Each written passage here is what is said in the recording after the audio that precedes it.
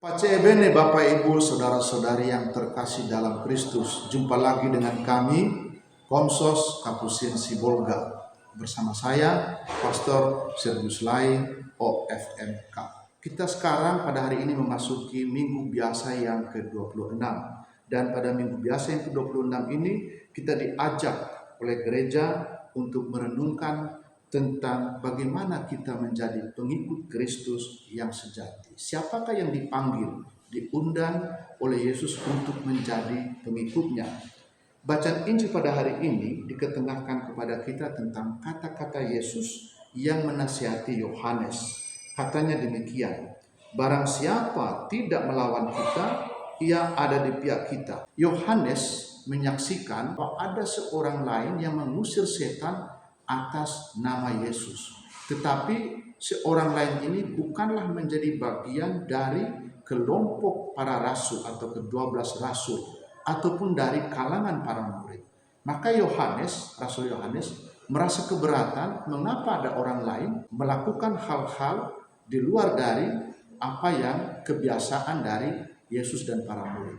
Tetapi Yesus menanggapi perkataan Yohanes dengan mengatakan, barang siapa tidak melawan kita, ia ada di pihak kita.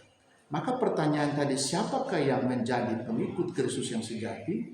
Jawabannya ialah kepada semua orang tentu dipanggil untuk menjadi pengikutnya, tentu dipanggil untuk menjadi muridnya.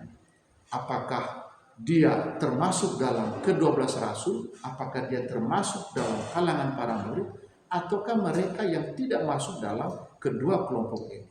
Orang-orang yang selalu melakukan hal-hal yang baik, termasuk berbagai mujizat yang dilakukan, itu adalah bagian dari kelompok pengikut-pengikut Yesus. Jadi siapakah yang disebut pengikut Yesus? Tidak hanya terbatas pada kelompok ke-12 rasul dan juga para murid yang lain, tetapi semua orang yang melakukan kehendak Bapa, seperti bacaan Injil beberapa minggu yang lalu dikatakan seperti itu.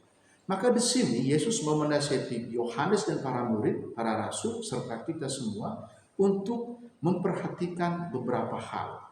Yang pertama ialah Yesus mengajak kita untuk senantiasa melihat bahwa Dia memanggil semua orang untuk menjadi pengikutnya. Tidak dibatasi pada satu kelompok, dua kelompok, atau berapa kelompok. Dia memanggil kita semua untuk menjadi pengikutnya.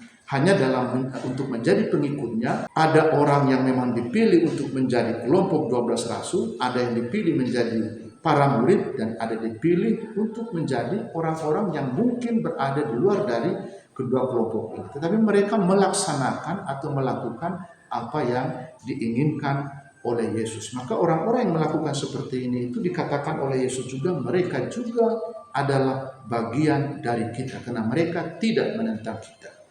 Lalu aspek yang kedua ialah ajakan kepada para murid, para rasul dan kita semua untuk tidak cepat jatuh pada sikap cemburu kepada orang yang melakukan perbuatan-perbuatan baik. Karena orang-orang yang melakukan perbuatan baik itu juga adalah orang-orang yang dipanggil oleh Tuhan untuk menyebarluaskan pewartaan kebaikan, pewartaan kabar gembira kepada semua orang. Lalu kemudian aspek yang ketiga ialah Yesus juga mengajak kita pada hari ini untuk melihat semua orang yang melakukan perbuatan-perbuatan yang baik itu termasuk dalam kalangan para murid. Mungkin tidak masuk dalam ke-12 rasul atau para murid, tetapi semua orang yang melakukan kehendak Bapa, yang melakukan perbuatan-perbuatan baik, mereka adalah orang-orang yang juga disebut sebagai pengikut Kristus. Aspek yang keempat ialah bahwa kita semua diundang Yesus untuk tidak melarang orang lain melakukan perbuatan-perbuatan baik, tidak melarang melakukan perbuatan-perbuatan kasih. Bahwa ada tadi orang lain yang mampu melakukan mujizat atas nama Yesus, itu hendak mengatakan kepada para murid, para rasul kita semua, kalau kita berhadapan dengan hal-hal yang seperti itu, kita tidak boleh melarang mereka untuk berbuat baik. Kalau mereka melakukan perbuatan-perbuatan baik sama seperti kita juga melakukan perbuatan baik, maka mereka juga adalah bagian dari diri kita. Inilah pesan-pesan firman Tuhan kepada kita pada hari Minggu biasa yang ke-26. Semoga Tuhan memberkati.